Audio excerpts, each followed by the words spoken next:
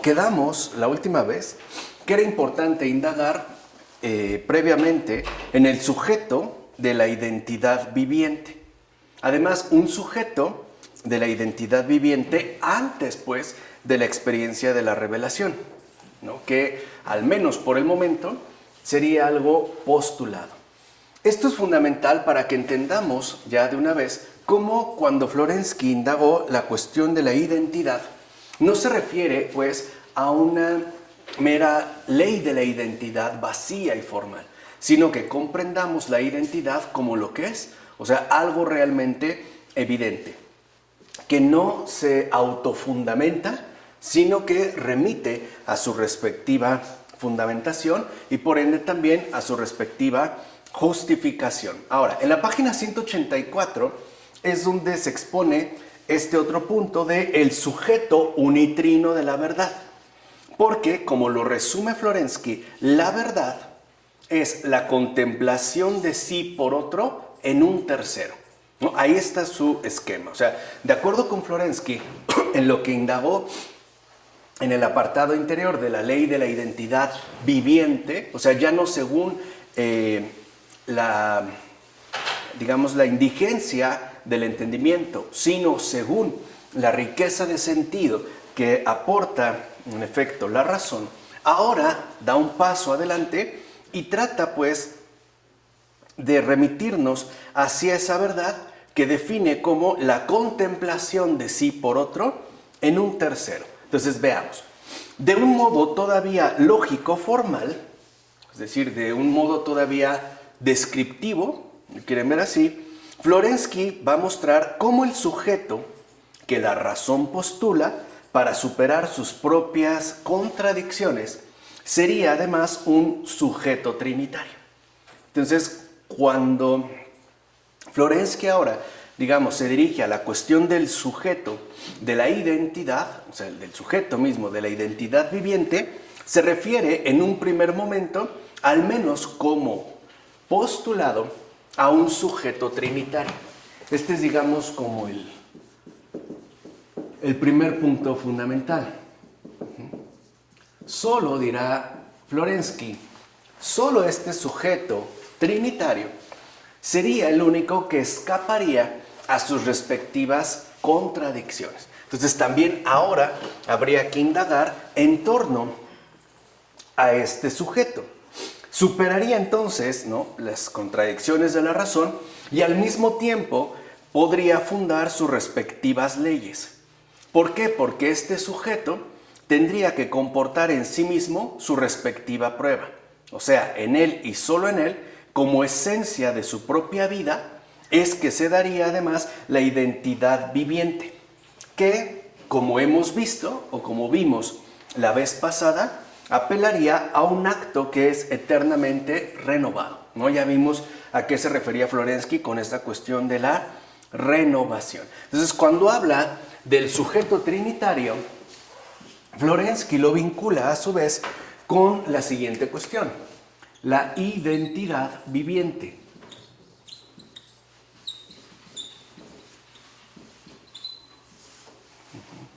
O sea, no solo sería cuestión de hablar en términos del mundo, sino también del sujeto mismo que posee una identidad y que en tanto identidad sería en efecto también una identidad viviente. Entonces, en términos lógicos, en términos meramente expositivos, el sujeto de la verdad sería al mismo tiempo, expresando, ¿no?, con esta fórmula, la dinámica de su identidad eternamente sacrificada y eternamente reencontrada, a y no a.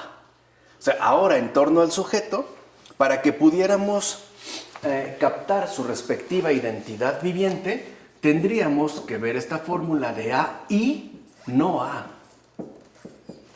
Aquí lo sustancial es esta conjunción.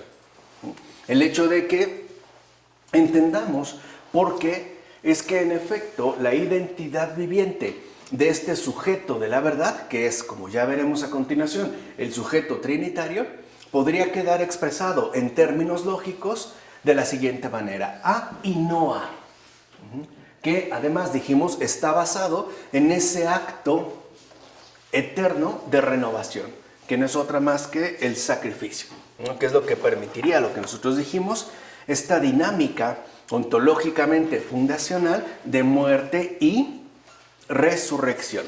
Dice Florensky, para ser claros, designemos no A por B. O sea, si queremos pues ganar un poco en términos de claridad, en lugar de decir A y no A, digamos en lugar de no A, B. Y la pregunta es, bueno, ¿qué es B? La respuesta inmediata es B. Pero sería un B ciego si no fuera al mismo tiempo no B. ¿Qué es no B? Si fuera simplemente A y B, entonces serían idénticos, ¿no? Ahí habría, digamos, como un planteamiento, como dijimos, meramente lógico. Dice, es necesario, pues, que B sea una realidad. Acuérdense que para que algo sea real, debe, como ha mostrado Florensky, remitir a un fundamento que de hecho él mismo no constituye, ¿no? A un fundamento más allá de sí mismo. Entonces, para que sea una realidad, es decir, que B sea a la vez B y no B, para eso entonces podríamos designar no B, por ejemplo, por C. Y si gracias a C el círculo puede cerrarse, porque en su no C, A se encuentra en tanto que A, ¿no? Parece un planteamiento muy esquemático. Dice, dejando de ser A en B, A se obtiene a sí mismo de otro y no de aquel a quien él es igual. O sea, un B, sino C, de un modo mediato. Quiere decir entonces que de acuerdo con Florensky, en esta exposición lógica que ha dicho, esta I es lo que nos expone un modo de relación ternario. Déjenme ponerlo aquí. Esto apelaría pues a un modo de relación ternario. Si lo vimos en términos como lo expuso Florensky, de A, B y C, donde B es no A, lo que vemos es que A se obtiene no de sí misma, sino de otro. Ese otro, es decir, B, que sería no A, remitiría a su vez a otro constituyente diferente, C, que sería no B. Lo cual significa que entonces A, adquiere su identidad por medio de otro distinto, B. Pero a su vez, este B es lo que remite al término fundacional de un tercero. Aunque son términos lógicos, y veremos que eso es lo que le interesa exponer a Florensky, para que veamos que no es una mera suposición creyente, ¿no? O un desvarío o una debilidad intelectual, sino al contrario, que también involucra, dijimos, ¿no? El ejercicio intensivo de nuestra propia capacidad racional. Lo que está afirmando Florensky es que cuando hablamos de este modo de relación ternario es donde aparece ciertamente la identidad viviente del sujeto trinitario. Si ahorita adelantáramos un poquito y entonces viéramos, por ejemplo, de qué manera es que se realiza este modo de relación ternario, lo que veríamos es el siguiente esquema. A lo podremos sustituir por yo, pero el yo no se realiza en sí mismo, porque al ser real remite a otro distinto de sí. ¿Cuál es el otro distinto de sí? El tú. Y el tú, para que sea real, remite a su vez a otro diferente, él. Podemos decir entonces, en términos muy concretos, que yo, en cuanto tal, soy yo gracias al otro, al prójimo. Pero este prójimo, a su vez, no se autofundamenta, sino que remite a ese tercero sustancial que es él. Yo, el prójimo y Dios. Ahí está el sujeto trinitario. Que en términos de la identidad viviente, remite aquí. Y que como ya podemos empezar, ¿no?, a darnos cuenta, apelaría justo al sujeto trinitario, el Padre, el Hijo y el Espíritu Santo. Porque para el Padre, lo primario es el Hijo. El Hijo está incluso antes que él mismo. Pero el Hijo, tampoco se queda, digamos, con este reconocimiento. Lo remite al Espíritu. Y el Espíritu vuelve al Padre. ¿Entiendes? Es en el caso de un ternario. O sea, aquí podemos entender cómo lo que llamamos identidad en términos humanos de identidad, pues la identidad humana es ternaria. Porque para que alguien diga yo, es porque este yo es que está dado a partir de un otro. En este caso, digamos, a partir del prójimo, el otro. Pero este prójimo, a su vez, remite finalmente a ese tercero que es él. O sea que, visto adecuadamente, la estructura ontológica de la identidad es la siguiente. Primero él, después tú y al último yo. No es que yo desaparezca. Sí me mantengo, pero en el último lugar. Esta es la estructura fundamental de nuestra identidad humana, de la identidad ontológica. Por eso el Señor decía, quien quiera ser el primero, aquí, ¿no?, conviértase en el último, o sea, reconozca la verdad. Esto es, digamos, lo primero que habría que indagar a fondo, de acuerdo a la exposición que ha realizado Pavel Florensky. ¿Se entiende? Podemos decir que nuestra identidad podría darse de esta manera. Yo, para ti, por él. Porque seamos sinceros, una vida humana en este mundo es llamado a ser presencia de Dios ante los demás. Esa es la cuestión, por ejemplo, del testigo. Pero lo que quiero que entiendan es que a pesar de que se exponga en términos lógicos, lo que está involucrado es lo ontológico, es decir, la verdad. Yo, tú, él. Es donde ya podemos ver esta cuestión del sujeto ternario.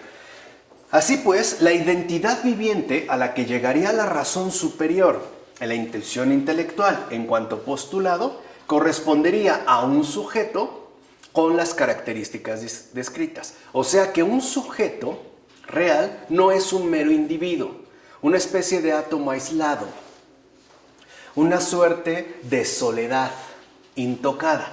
No, en realidad, cuando hablamos de sujeto, de acuerdo con Florensky, estamos hablando de esta identidad viviente. Este es el sujeto, no uno solo, sino esta identidad viviente o bien modo de relación ternario. Eso es un sujeto.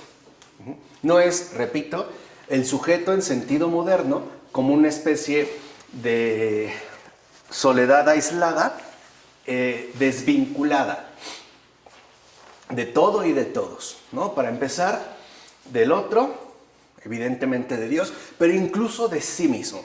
Esto es un sujeto. O sea, aquí cuando hablamos de sujeto, tendríamos entonces que apelar a este modo de relación ternario que corresponde efectivamente a la identidad viviente. O sea, lo que llamamos sujeto no es uno, son tres. ¿Estamos? Yo, tú, él. O como lo expuso en términos lógicos en un primer momento Florensky, A, B, C. Pero en relación, ¿no? Digámoslo así, en comunión, en conjunción. Ahora, hace una pregunta.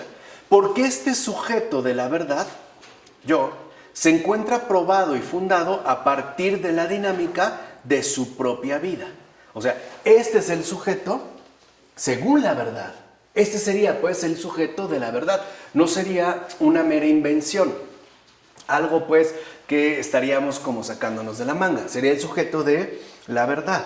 Y este hecho consiste en que su relación con él por el tú, es decir, por la adquisición de una plena objetividad como yo subjetivo, se da gracias a la pérdida de sí en el sacrificio y la autonegación por el otro.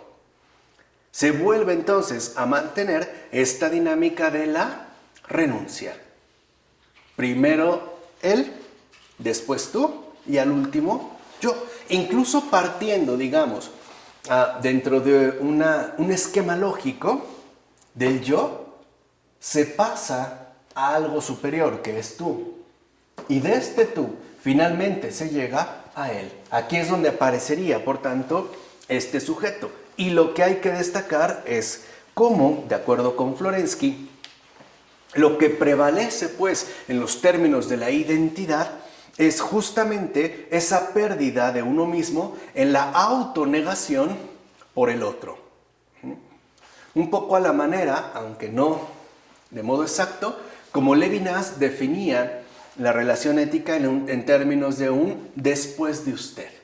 ¿No? Por ejemplo, cuando nosotros llegamos al mismo tiempo a una puerta para pasar a otra habitación, ¿cuál es nuestra reacción más común? Le cedemos el paso. ¿Qué quiere decir? Lo colocamos en primer lugar. Y eso lo vemos además como un gesto adecuado.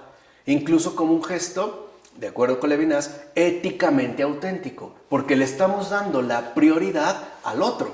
Estamos tratando pues al otro como alguien no sometido a mí, sino alguien con un peso ontológico propio y definido, ¿no? Un después de usted.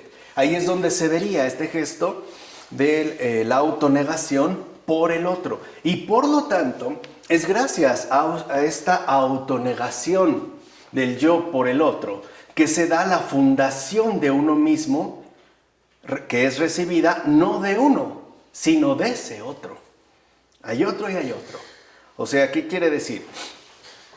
Que este acto, este gesto de autonegación por el otro, en realidad a lo que nos lleva es a la fundación de uno mismo, cuyo recibimiento no viene de mí, sino que viene pues de otro distinto. Este sería el acto eterno de su vida, la cual consiste pues en salir de la mera dimensión subjetiva, es decir, el modo de la primera persona, y acceder por medio de la dimensión del tú, modo de la segunda persona, a esa plena objetividad, que sería el modo de la tercera persona.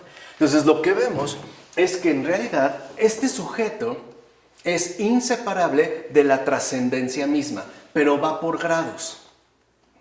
¿Qué quiere decir? Si lo pusiéramos, digamos, en un planteamiento un tanto distinto, lo que podemos decir es que si bien es cierto que comenzamos por el yo, no nos quedamos en esa especie de encierro, sino que se realiza un acto de reconocimiento, de autonegación, para poder pasar al tú, a ese otro. Pero este tú, a su vez, remite al tercero definitivo, que es él. Y este él, en cuanto tal, es ya la trascendencia. Por eso Emmanuel Levinas va a hablar del rostro dentro de su formación judía. O sea, el otro como el rostro mismo de Dios. Este gesto de trascendencia en la ambigüedad del infinito. Aquel que mantiene, digamos, esta cercanía, pero al mismo tiempo esta distancia. Entonces aquí ya se daría pues también este peso mismo de trascendencia. Entonces lo importante es en qué medida nosotros hemos podido avanzar o no en el recorrido de estos modos particulares que conforman este modo de relación ternario. O sea, hemos pasado pues de nosotros mismos en términos de egoísmo a la preocupación por el otro, incluso ya al señalamiento distintivo de él, o por el contrario, hemos roto la identidad viviente y nos hemos quedado como encapsulados dentro del yo. Que además, de acuerdo con Florensky, el yo aislado, o sea, en pocas palabras, el yo moderno es una ficción, no es una realidad. ¿Por qué no es una realidad? Porque no forma parte de la estructura ontológica misma de lo que es un sujeto. O sea, sería también un mero invento, ¿no? Un poco como sucede, por ejemplo, en la novela moderna, ¿no? El yo es una ficción, ¿no? Una especie de solipsismo extraño, por ahí. Bueno, así pues, el último momento, es decir, el modo de la tercera persona, él, que es ya el último momento, lo vemos, por ejemplo, cuando uno tiene una relación o un gesto adecuado con el otro te dice que Dios se lo pague, te manda al tercero. No te dice, yo soy el que le voy a pagar y con creces lo que usted ha hecho por mí. Te reenvía, te manda al tercero, no se queda en sí mismo. Te reenvía. Entonces, El último momento, es decir, el modo de la tercera persona que ya cierra el círculo, es precisamente, como afirma Florensky, la consagración de la manifestación del yo subjetivo en una plena objetividad. ¿Qué quiere decir? Que verdaderamente el sujeto comparte su respectiva realidad. Cuando algo de aquí está roto, entonces el problema es que se descuartiza el sujeto y se pierde la identidad viviente. Ya no se da en base al modo de relación ternario, sino incluso puede suceder que se limite, por ejemplo, a un modo binario, el yo-tú, como lo ha sostenido la llamada filosofía del principio dialógico, en particular, por ejemplo, de manera mucho más destacada por Martin Buber, un filósofo, por cierto, bastante interesante. Entonces, lo importante es que nos demos cuenta cómo la exigencia del modo de la tercera persona, es decir, él, es ya lo que completa la estructura misma de la realidad de aquello que llamamos sujeto. O sea, en pocas palabras, responder que es un yo, habría que apelar a este modo de relación ternario. Incluso va a decir Florensky, él es el yo manifestado. O sea, aquí es donde se daría la verdadera manifestación de lo que significa ser yo. Porque este yo, justo a lo que termina expresando o lo que termina finalmente apuntalando es a ese modo de la tercera persona, él. Así, de este modo, se muestra la actividad por la cual entonces la verdad se funda a sí misma. Aquí es donde Florensky va a dar esta definición. La verdad es la contemplación de sí por medio de otro en un tercero. Esa es la verdad. La contemplación de sí por medio de otro en un tercero. Y en efecto, esa es la contemplación. El hecho de captarse uno mismo por medio de otro en un tercero.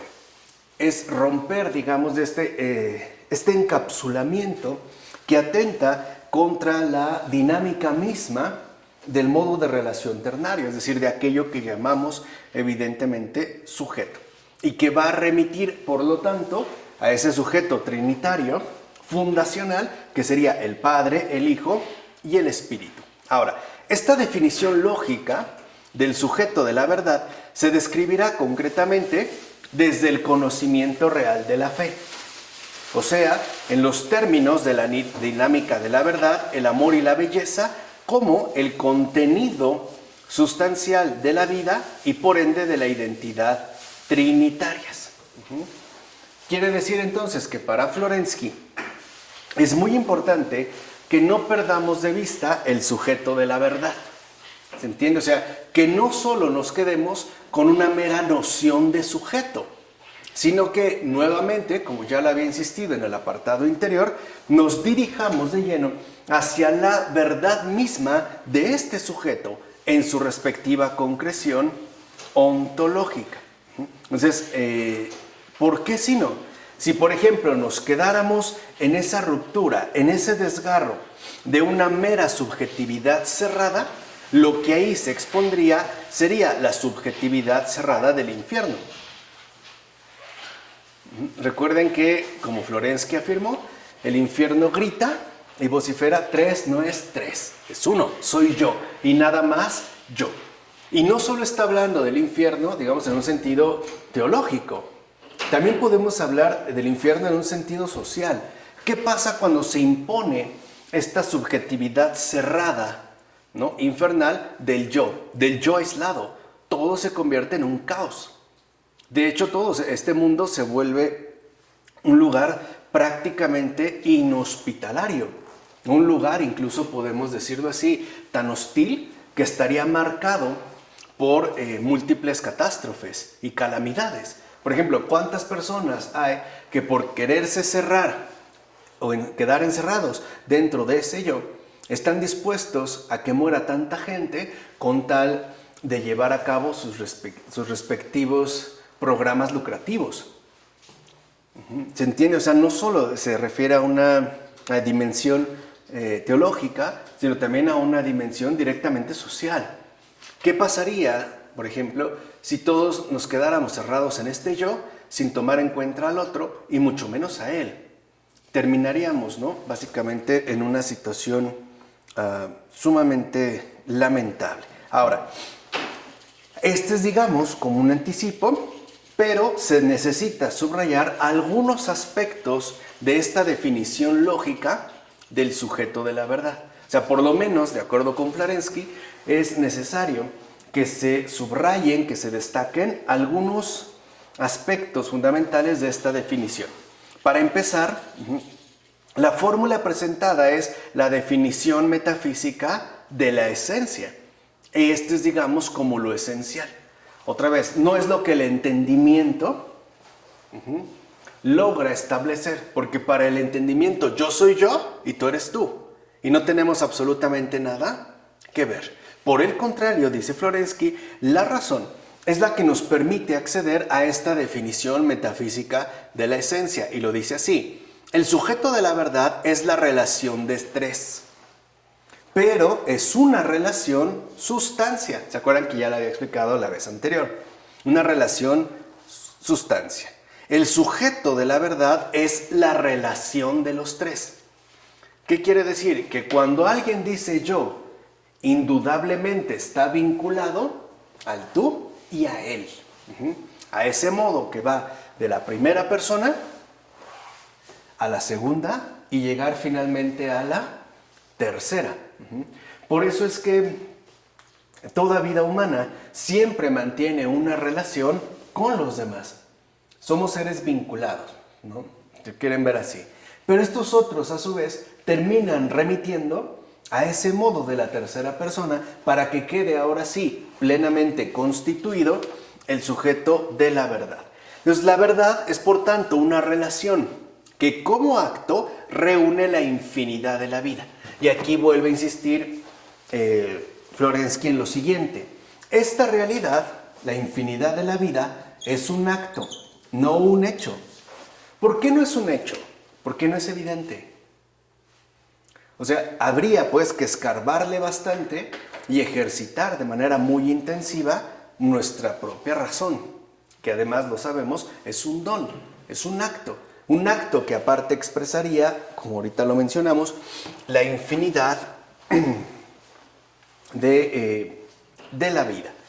Y dice Florensky, sería una relación concreta que representaría en general el sistema, además de las actividades vitales.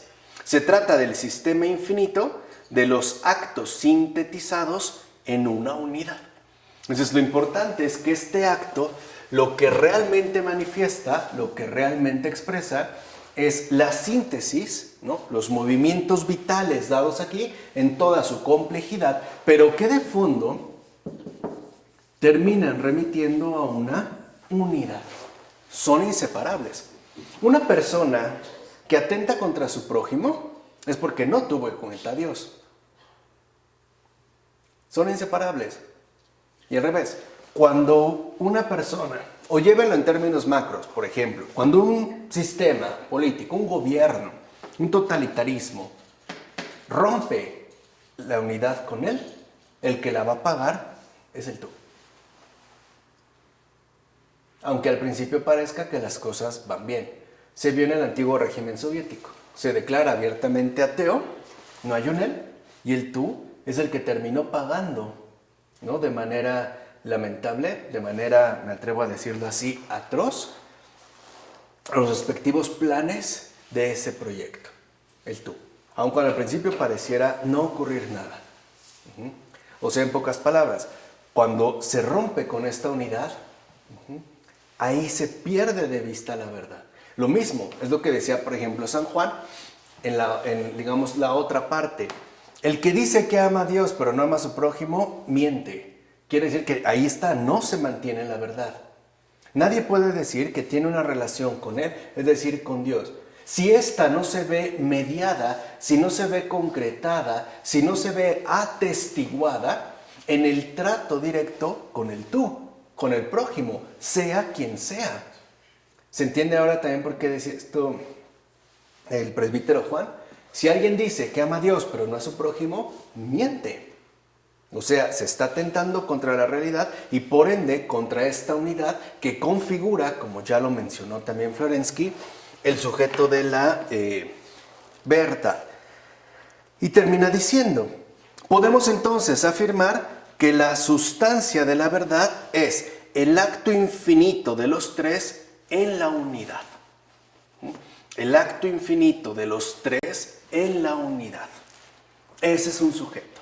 El acto infinito de los tres, pero en unidad.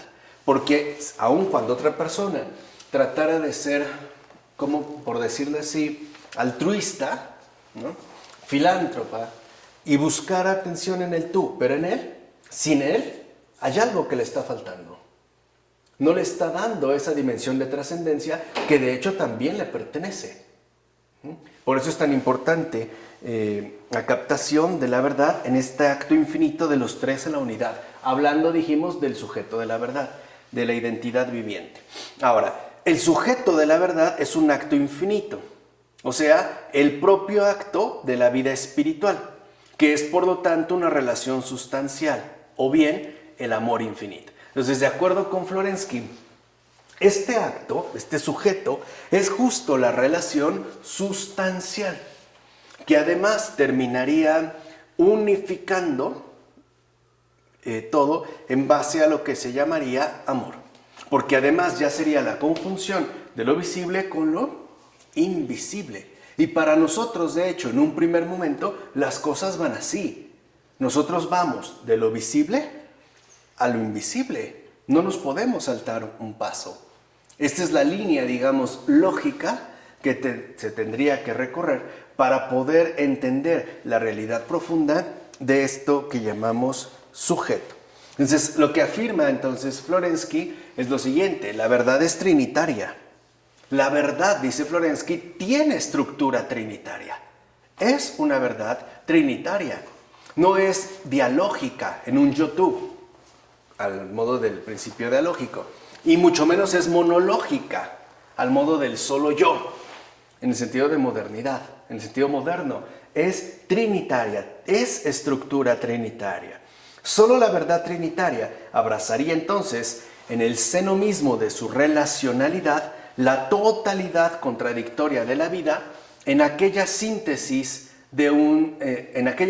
superior del amor, y que sería en efecto ese acto infinito de la relación. O sea, hay un acto superior. Este acto superior sería entonces el amor.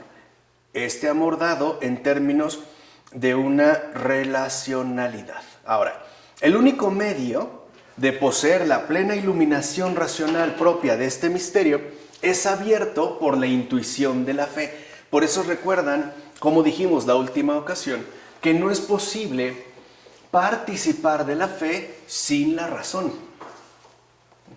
Porque la razón también es su acompañante fiel en términos de iluminación requerida.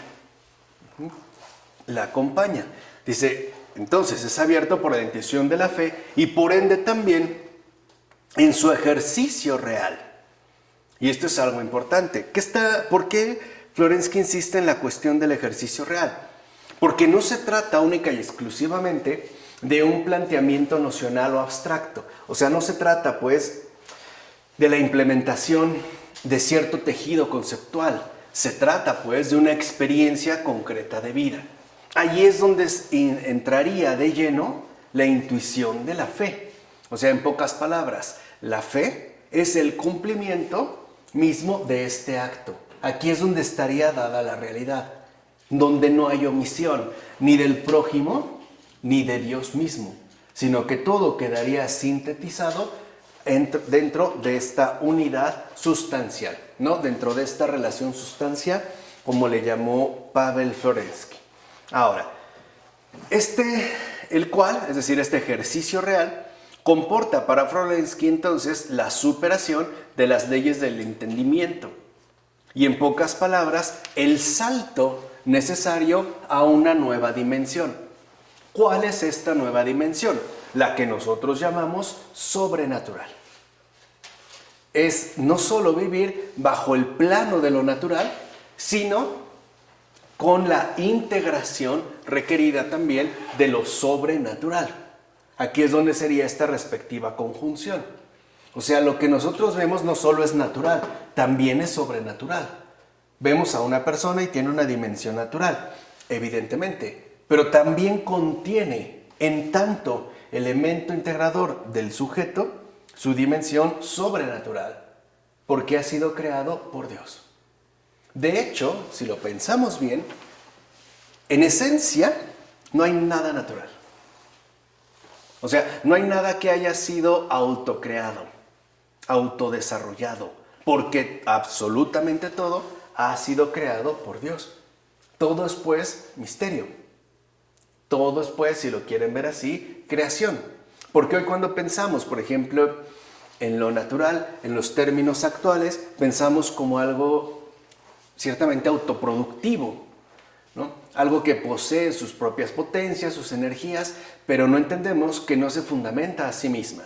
Es lo que ha insistido Florensky, sino que remite a ese otro, ¿no? A ese otro distinto. Bueno, se trataría entonces de un mero postulado de la razón, ya dijimos, si un tal sujeto existiese, y entonces éste se diese a conocer por su propia revelación. O sea, no se trata de invención, sino de que este sujeto, si es tal, se dé a conocer por su propia revelación. En él entonces es que la razón encontraría su fundamento y también sus respectivas leyes contradictorias. El principio de identidad, el de razón suficiente, serían salvadas en su nivel de racionalidad superior y por ende en su acto de identidad viviente. Entonces, digámoslo así, que para Florensky la racionalidad está compuesta a muy grandes rasgos de dos niveles.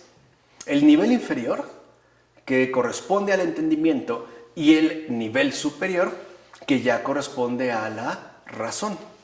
Es decir, ya esta integración de la dimensión espiritual. Entonces, en último término, lo que va a mostrar Florensky es cómo de qué manera solo la Trinidad viviente podría entonces constituir el fundamento de la razón, que además esta busca y postula, pero no logra alcanzar porque irían, en todo caso, esta constitución más allá de sus propias leyes. Y aquí es donde entra la cuestión de la fe. La razón tampoco se fundamenta a sí misma. ¿Se entiende? O sea, remitiría a otra cosa distinta de sí, que sería la fe, pero en unidad, en integración. Si se dan cuenta, es la misma dinámica que Florensky mantiene de esta autonegación, ¿no?, de sí por otro, ¿no? Esta noción del sacrificio. Ahora, esta solución sería entonces plenamente racional, justo por ser suprarracional. O sea, ¿qué quiere decir? Que el verdadero fundamento de la razón no está dado en la razón misma, sino que iría más allá de la propia razón. Es, por ejemplo, lo que descubre con honradez intelectual Wittgenstein al momento de escribir el Tractatus Lógico-Philosophicus. Si uno lo lee, es claro que su intención es lógica, o sea, en un sentido riguroso, en atención al lenguaje, sus constituyentes y todo lo que esto implicaría. Pero al final, ¿no?, él ya no se queda en la lógica. De hecho, o sea, digamos, ya no se queda en el lenguaje, sino que apela a ese otro distinto que el lenguaje y que sería incluso más importante y que en un primer acercamiento Wittgenstein, por ejemplo, llamará silencio. No es con lo que cierra el Tractatus. Ante lo que no se puede hablar, lo mejor es permanecer en silencio. O sea, ¿qué quiere decir? Que el lenguaje nos capta hechos, los puede retratar, los puede presentar, pero no los agota. O sea, no todo estaría dado, pues, a partir del lenguaje. Habría otro sustento metalingüístico, como en este caso, por ejemplo, Florensky habla de lo suprarracional. Por eso el sujeto de una identidad viviente y real que realmente satisfaga las condiciones de la certeza sería entonces la relación de los tres. Dicho de otro modo, el problema de la certeza de la verdad, que en términos de conocimiento conduciría entonces a la posibilidad de la intuición discursiva, ontológicamente hablando, sería el problema del sujeto de la verdad. De hecho, como afirma Florensky, la unidad infinita, que sería la marca propia del sujeto de la verdad, es además trascendente a las propias realizaciones humanas. ¿Qué quiere decir? Que en realidad lo que nosotros realizamos, por ejemplo, en términos humanos, tiene una repercusión mucho mayor de lo que podemos al menos captar en términos de condiciones formales. O sea, en pocas palabras, puede ser que nosotros tengamos una idea de la verdad, pero no podemos concretamente concebirla. Porque no es algo que por ser suprarracional, es decir, como lo dijo anteriormente Florensky, pueda ser producido o plenamente agotado según nuestra razón. ¿Se entiende? O sea, si lo ven, del entendimiento pasamos a la razón, pero la razón no es lo último. ¿Hay algo más? Allá. Esa sería la fe. Pero aquí Florensky va paso a paso. Nos va como llevando paso a paso. Ahora, lo que plantea Florensky es que si este sujeto existe, este sujeto que se ha mencionado, el sujeto de la verdad, pues supera ciertamente los límites de la razón humana. Porque para la razón no es posible de ningún modo sintetizar una serie infinita en su conjunto. Es decir, una serie realmente dotada de realidad. No la podemos sintetizar. Siempre finalmente se nos va. Por ejemplo, puede ser que nosotros digamos conocer a alguien más, ¿no? Decir, lo conozco, pero ¿qué tanto? O sea, eso es un poco lo que quiero decir. No lo puedo capturar. No lo puedo volver una especie de propiedad mía. O como decía Michel Henry, no es objeto. No lo puedo poner en un punto donde yo lo domine. Simplemente es algo que me supera.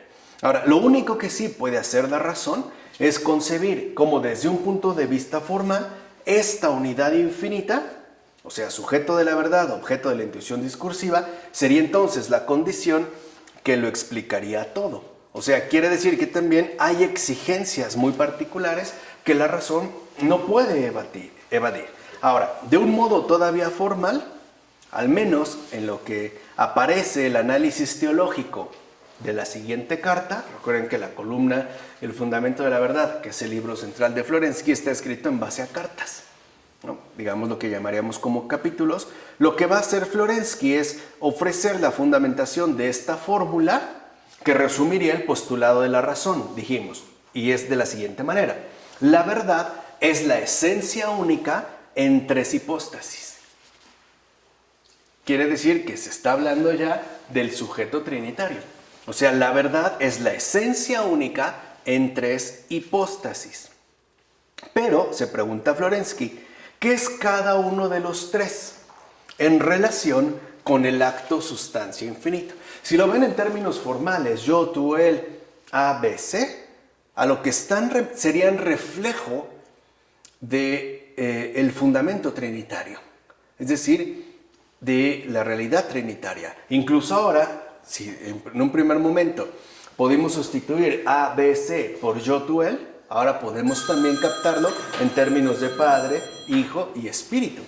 ¿Entiende? Que es como lo importante de entender lo que Florensky está exponiendo. Por eso se pregunta, ¿qué es cada uno de los tres en relación con su acto? Dice, realmente, cada uno de entre ellos no es todo el sujeto. O sea, el yo no es todo el sujeto, el tú no es todo el sujeto, y el él tampoco es todo el sujeto, y no menos realmente cada uno lo es. O sea, cada uno de ellos no lo es, pero sí lo es también. Y eso es lo que también Florensky quiere como que entendamos. Como la razón, por ejemplo, tiene sus límites y no le permiten ir más allá. De hecho, a lo que va a apuntar es a esta cuestión numérica, meramente numérica, de que Dios sea trino y uno. Para la razón esto no puede ser. ¿Se entiende? Bueno, dirá, en vistas de los razonamientos que se habrán de llevar a cabo ulteriormente, en cuanto que no lo es. Dice, o sea, si nosotros afirmamos que cada uno, ¿no?, de estos tres no es el sujeto o todo el sujeto, dice, le llamaremos hipóstasis. Es el término que utiliza. Dice, por consiguiente, la verdad es la esencia única en tres hipóstasis, no tres esencias, porque acuérdense que se trata de una sola relación sustancia, es una la relación. Digamos, el sujeto es uno, ahí estaría la esencia, no tres esencias, una, pero dada a partir de tres hipóstasis, no una hipóstasis, tres.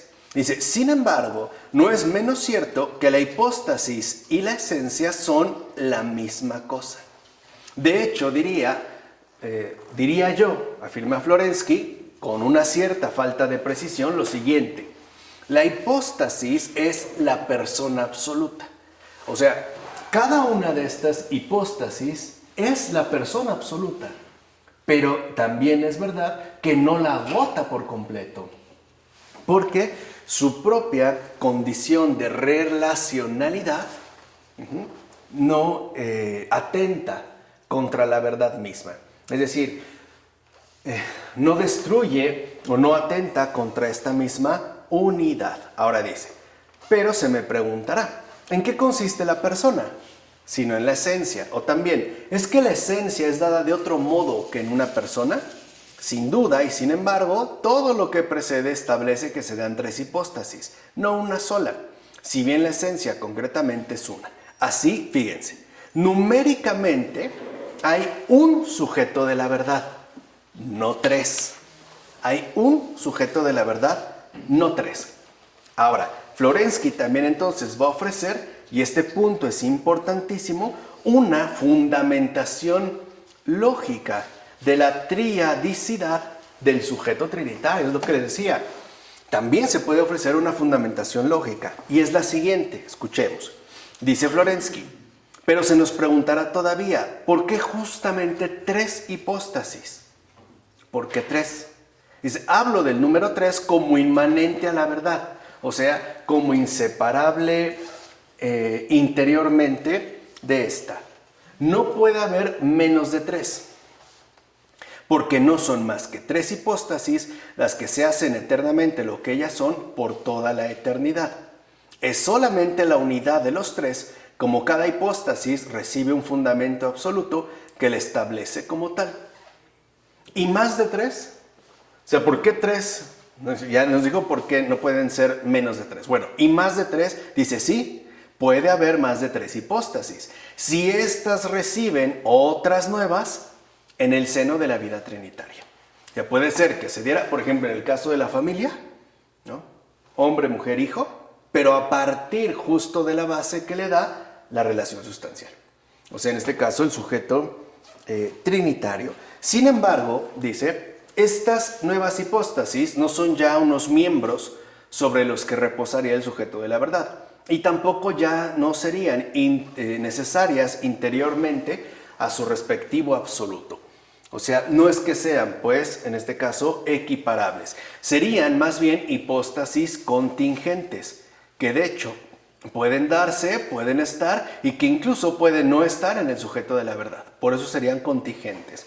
Así pues, en términos concretos, no podría llamarse las hipóstasis. En todo caso, sería mejor designarlas con el término de personas deificadas, etc.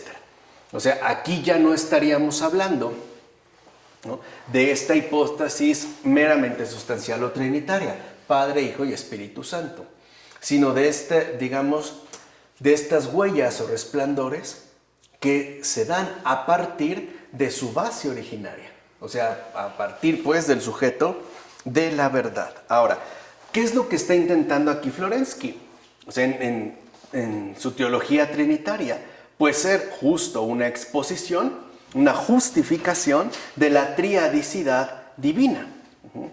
¿Y en qué sentido? Bueno, para poder iluminar esta cuestión de Florensky, se puede recurrir a unos planteamientos realizados por Sergei Bulgakov.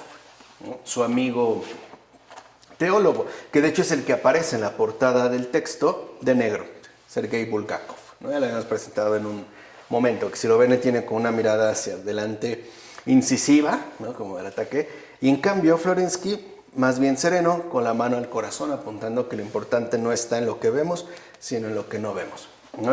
Es decir, no tanto dejarme llevar por mis propias apetencias, sino estar muy atento a lo que Dios nos indica. Bueno, Bulgakov invita precisamente a considerar el número 3 de las hipóstasis trinitarias no desde el cómputo humano, porque este cómputo humano, es decir, meramente numérico, es algo racional, solo racional, sino tratar más bien de considerar este número 3 desde la intimidad de la vida del sujeto divino, cuya esencia es el amor. Y aquí entendamos algo. Cuando, por ejemplo, dentro del planteamiento tanto de Florensky como de Sergei Bulgakov, se habla de amor, en estos términos expositivos, se está hablando de aquello que excede la razón. Y en efecto, a veces no entendemos cómo una persona puede amar a otra. No lo entiendo. O sea, digo, no, yo en su lugar ya lo hubiera mandado al carajo o al revés, ¿no? A mí me hubiera mandado, no entiendo. O sea, no comprendo. Incluso por más que mi razón trata de entender, no capta. O sea, en un primer momento, entonces, cuando se habla de amor, dentro de estas exposiciones temáticas, se está apelando de aquello que excede a la razón. Pero no quiere decir que sea algo completamente irracional. Recuérdenlo, o sea, esto es como muy fundamental. De hecho, creo que el amor hace locuras, no estupideces, ¿no? Se excedería, pues, a la razón. Ahora, de acuerdo con Bulgakov, se trataría, por tanto, de un hecho interiormente justificado. O sea, tendríamos, pues, que entender esta dinámica particular del sujeto de la verdad, no de acuerdo con nuestros planteamientos racionales que resultan inadecuados, sino de acuerdo a la captación de su respectiva constitución, justificación. Ahora, en síntesis, por ejemplo, en lo que menciona Bulgakov, es que cuando hablamos del número 3 en la Trinidad, estamos hablando de un número que posee una naturaleza particular. De hecho, es un número no numérico. O sea, es una indicación, dice Bulgakov. Tenemos aquí, como dato de la revelación, porque es gracias a la revelación que sabemos que Dios es uno y trino. Dice, el hecho de la Trinidad divina del Padre, del Hijo y del Espíritu Santo.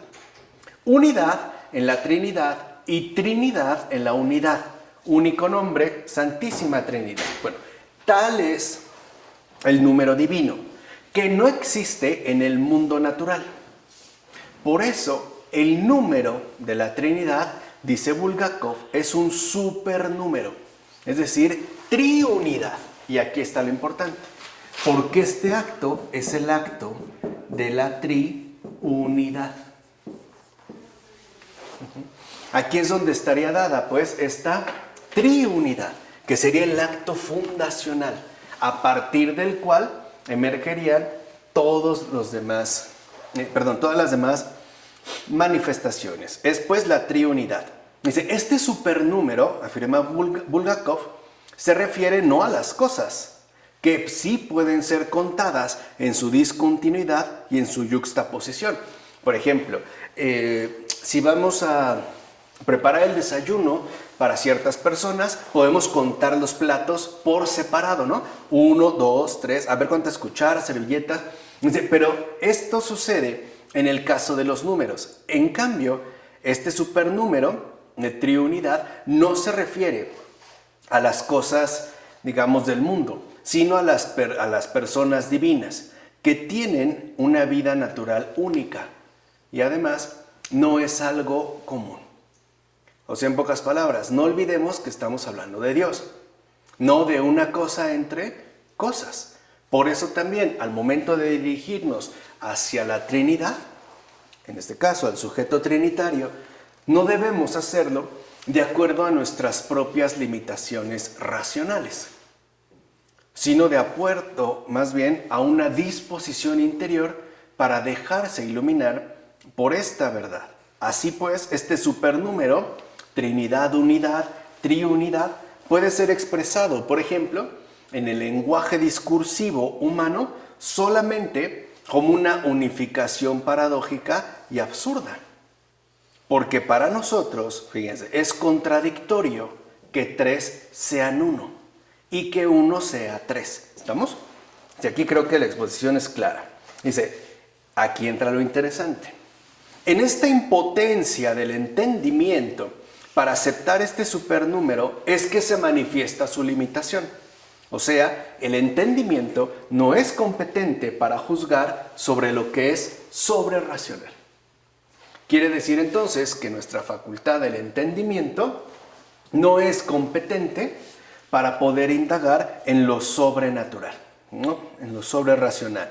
Dice, la razón especulativa puede, sin embargo, sí puede postular esta triunidad que el entendimiento no es capaz de concretar en su operación propia. O sea que el hecho mismo de que no podamos comprender cómo es que Dios es uno y trino, es lo que pone de evidencia que se trata de Dios. ¿Se entiende? O sea, si fuera una deidad meramente comprensible o lógicamente aceptable, no sería Dios. A esto también se refería el gran San Agustín cuando afirmaba, si lo entiendes, no es Dios. Y lo decía además en un sentido bastante amplio. A esto también se está refiriendo. O sea, recordemos que estamos ante el misterio de los misterios. En una aparente simplicidad, que con este simple hecho de afirmar que es trino y uno, triunidad, ¿no? Uno y trino, nuestro entendimiento colapsa. Ahora, el entendimiento no puede hacer nada. La razón solo puede postularlo, pero nada más. O sea, no puede, de hecho, en la razón, concretar en qué consistiría su operación propia. No le compete, lo puede postular la razón, el entendimiento no. La razón sí. Pero no puede tampoco establecer la concreción de su respectiva operación. Por eso, entonces, el padre Pavel, en primer lugar, el número 3 en la Trinidad, lo que va a afirmar es que es un hecho infinito, que, como vimos en el caso de Bulgakov, es inaccesible al mero entendimiento. ¿Se entiende cómo vamos subiendo? Entra, pues, el colapso del entendimiento y ¿quién sale al quite? La razón. Pero la razón establece un postulado. Por ejemplo, nosotros podemos decir desde la razón, en el credo, podemos confesar, por ejemplo, en términos creyentes, que Dios es trino y uno, que creemos en la Trinidad, creemos en el Padre, en el Hijo y el Espíritu Santo. Pero si nosotros nos preguntáramos, ¿y cómo es eso de que son 3 y 1? La razón enmudece. Lo postula, vamos a decirlo así, lo plantea, pero no lo aborda. Porque no puede, que es justo también el aspecto que habíamos destacado. Ahora, dice Pavel Florensky, este número es un hecho infinito entonces, al cual se accede en la luz esencial del espíritu. Aquí está la otra diferencia. Tenemos entendimiento, también tenemos razón. Y ahora entra lo más importante, la fe. ¿Qué es entonces la fe? La luz esencial del espíritu. Esa es la fe. Fíjense, la fe ya no es una especie de razón potencializada al máximo. No, la fe ya es la luz esencial del espíritu. Que si se dan cuenta, no es que denigre a la razón, es que la releva ahí donde la razón ya no puede ir más allá. ¿Se entiende? Estos son, digamos, como los elementos fundamentales del crecimiento, o sea, de lo que también podríamos llamar, en este caso, la verdadera maduración, sobre todo, digamos, la maduración espiritual. Ahora dice, entonces este número, ¿no? Acuérdense, la triunidad, no lo podríamos deducir lógicamente, por la simple y sencilla razón de que Dios está más allá de la lógica. Ahora entendemos un aspecto importante, si es que hemos puesto atención, que estoy seguro que sí. ¿Qué significa entonces que Dios está más allá de la lógica? Lo que afirmó San Juan de manera magistral. Dios es amor. Cuando dijimos, es amor porque excede la razón. Miremos al crucificado. La razón guarda silencio. Lo puede postular, pero no puede profundizar ahí, porque de hecho no le corresponde. Y aquí es también donde vemos, no digamos una especie de amputación de las facultades, sino un reconocimiento en humildad de la posición que le corresponde. O sea, el entendimiento, el sano entendimiento no se aferra a sí mismo, llega al punto que toca y le da el paso a la razón. Da ese relevo para que sigamos avanzando. Pero la razón avanza un buen tramo, pero tampoco llega hasta el fondo, porque no le corresponde. Cuando la razón está sana, es decir, cuando la razón está humilde, entonces lo que hace es cederle por completo el paso a la luz esencial del espíritu, que es luz, y en este caso es fe. Por eso yo no entiendo por qué hay tantos por ahí atarantados que dicen que el creyente vive en la edad oscura y que la fe es oscurantismo. No entiendo de verdad a qué se refieren, pero bueno, le da el paso pues a la fe en términos de luz esencial del espíritu. Y esto se debe a la simple y sencilla razón de que Dios es amor y va más allá de nuestra respectiva lógica, como hace rato lo mencionamos. De hecho, para ser sinceros, el amor no puede ser abordado adecuadamente con el puro entendimiento, tampoco con la pura razón. Por eso hay quienes han querido reducir o conducir al amor no a la luz esencial del espíritu, o sea, no a la luz de la fe, sino a la luz de la afectividad no racional. Por ejemplo, pensar que el amor es una especie de emoción, ¿no?, o sentimental, que no tiene que ver justo con los planteamientos de la razón, que eran algunos de los lineamientos que plantearían en su momento, por ejemplo, en literatura, el movimiento romántico, ¿no?, como respuesta al movimiento ilustrado. Ahora lo que importa son esas oscuridades profundas del corazón, ¿no?, que la razón no toma en cuenta. Pues no, tampoco, porque no se trata de que sea como un ámbito no racional, o sea, arracional, ¿no?, sin intervención de la razón. No se trata de esto, sino que entendamos pues que está más allá de la lógica. Y por eso hay que retener en la memoria, nos recomienda Florensky, que el número 3 no es una consecuencia de nuestra concepción de Dios y que habríamos deducido de esta por una operación mental. O sea, no es que, claro, esto es necesario que sea así. No fue así. De hecho, nadie la había planteado así. Ni siquiera mentes verdaderamente potentes. No se da así, no es una concepción. O sea, no es una elaboración conceptual. Dice, es un contenido de la experiencia misma de la divinidad en su realidad superior a la razón. Pero, como hecho infinito, sí puede ser el objeto de la intuición discursiva. O sea, la síntesis espiritual de una nueva razón, precisamente cuando ya se convierte en un dato, o sea, en un elemento, en un referente de la conciencia dogmática. Si aquí lo ven, entonces parece que Florensky nos está llevando, ¿no?, como de la mano hacia este avance. Dirá Florensky, si no se puede deducir el número 3 de la noción de Dios en el sentimiento que nuestro corazón tiene de la divinidad, este número está simplemente dado, como un elemento, como un aspecto del hecho infinito.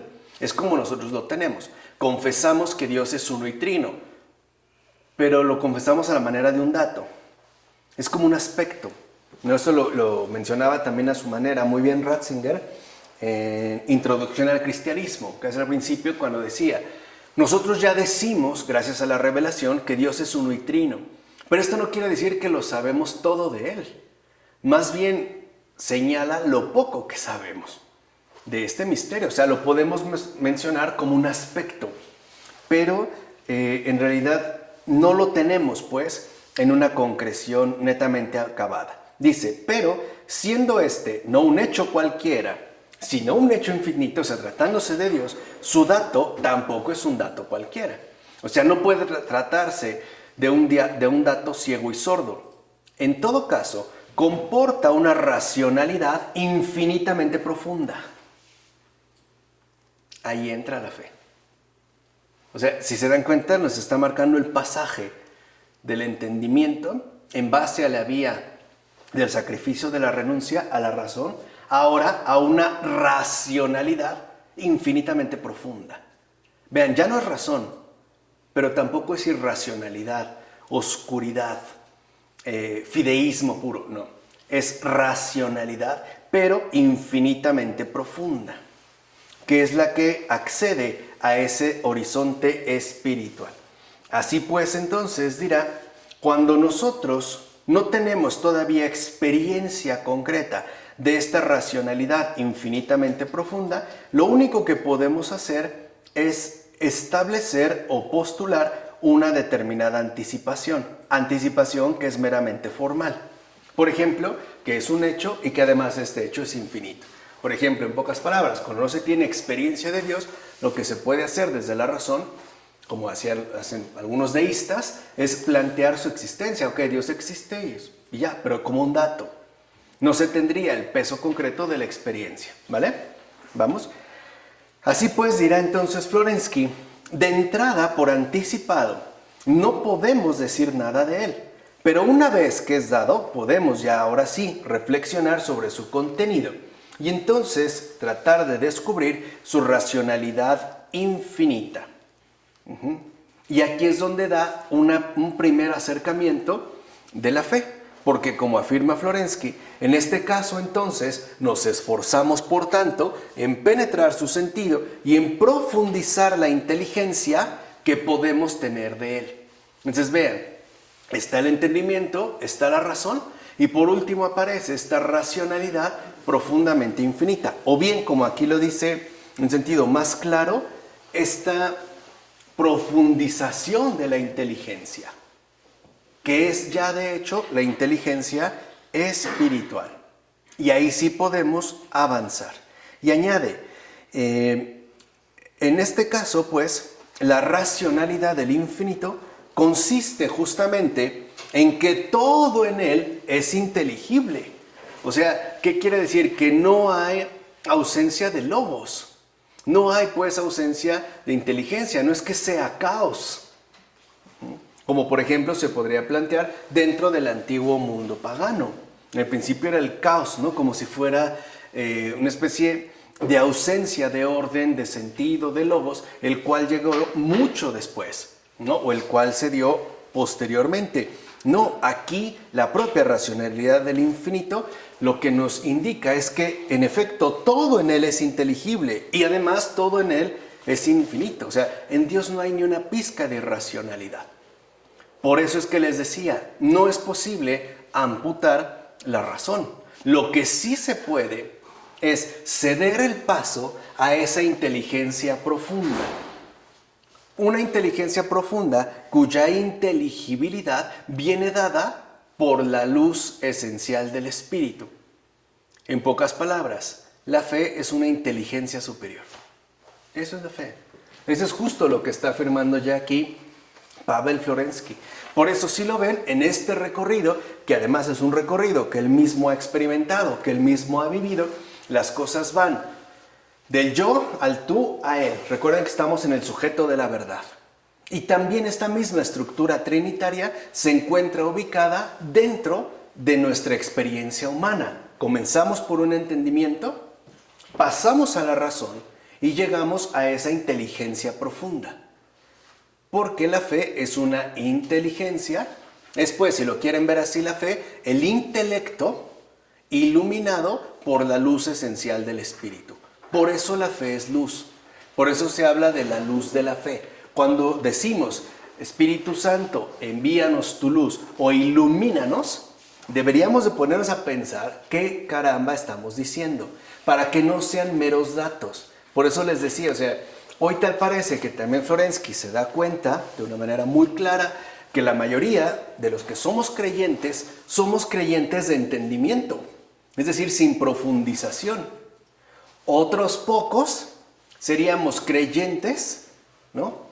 O serían creyentes de razón, que han intentado profundizar. Pero muy pocos, los casi extintos, serían creyentes de fe.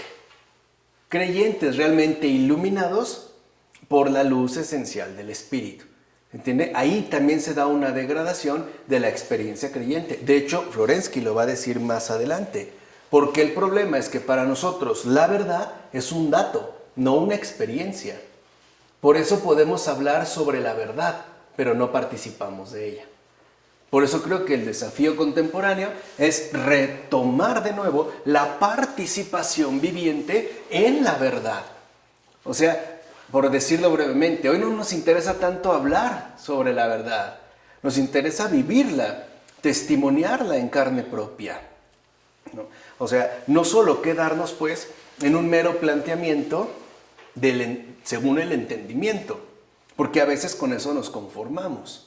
No, y tampoco quedarnos meramente con la cuestión de la razón. Por ejemplo, a lo mejor estudios teológicos más profundos, ¿no? Creo que este es, digamos, lo que sería la diferencia entre un creyente básico, ¿no? Un teólogo serio, no un fraudulento, y un santo. O sea, el santo es el que en efecto manifiesta ya abiertamente el amor, esta inteligencia superior.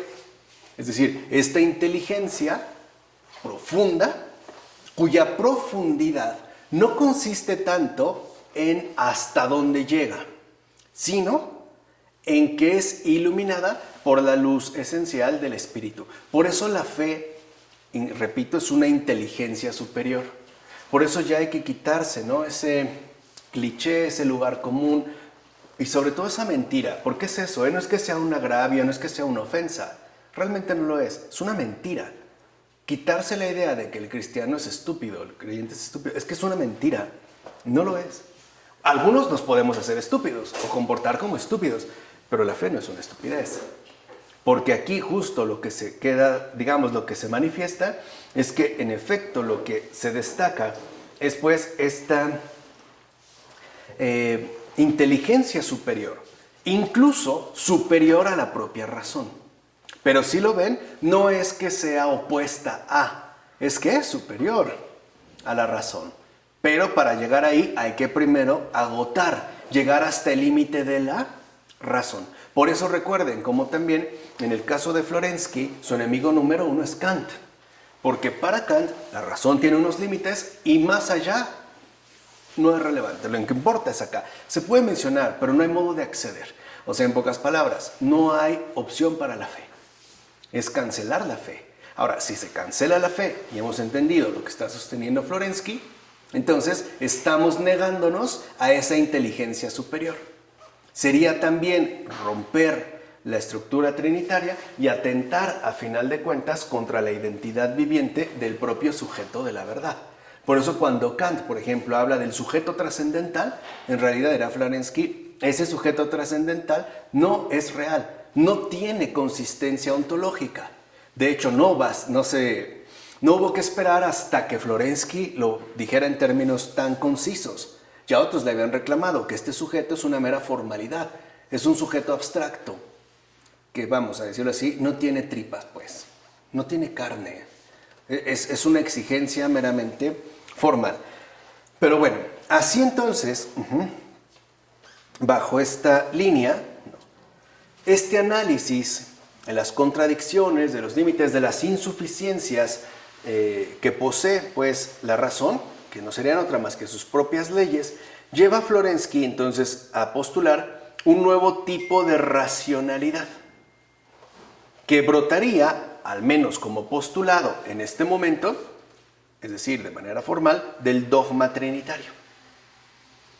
¿Sí lo ven? O sea, va como dando estos pasos. Habría pues entonces un nuevo tipo de racionalidad, es decir, la inteligencia creyente, el intelecto ahora iluminado por la fe. Este intelecto es, digamos, en los doctores de la iglesia es más que palpable, en los padres de la iglesia y en los santos. O sea, si uno lee cualquier obra de santo, ahí tenemos esa inteligencia iluminada. Recuerden que además son las bases en las que se sostiene el padre Pavel Florensky. Ahora, para poder llegar a ello, primero habrá que ver cómo en el campo de la antropodicea, o sea, en el campo concreto, ¿no?, de lo humano, Florensky va a llevar a cabo el mismo planteamiento postulatorio. Ahora, ya no solo para saldar las cuentas en los términos racionales, sino también ahora para asumir las contradicciones de la actividad humana. O sea, para que también nosotros podamos entender cómo no solo estamos constituidos por la verdad trinitaria en el ámbito teórico, sino también en el ámbito práctico. Recuerden que Kant es el que había establecido, insistido en estas dos dimensiones fundamentales, ¿no? La crítica de la razón pura, dedicada a los postulados que corresponderían a la razón, y la crítica de la razón práctica, que tendría que ver con lo referente a las actividades humanas. Bueno, ya ajustó las cuentas, en este caso Florensky, con el lado teórico, pero también es importante asumir el lado práctico y ver cómo no se trata de una cuestión de ideas o que involucra al pensamiento, sino que también está involucrado nuestro propio comportamiento, porque al final lo que está de por medio es justamente la existencia humana en su conjunto. Bueno, con esto le vamos a parar en esta ocasión. Llegamos a la página 193, lo voy a poner por acá. Hoy pudimos llegar a la página 193 en este subapartado que se tituló justamente El sujeto de la verdad. ¿De acuerdo? Vamos a dejar hasta aquí. En nombre del Padre, del Hijo, del Espíritu Santo. Amén.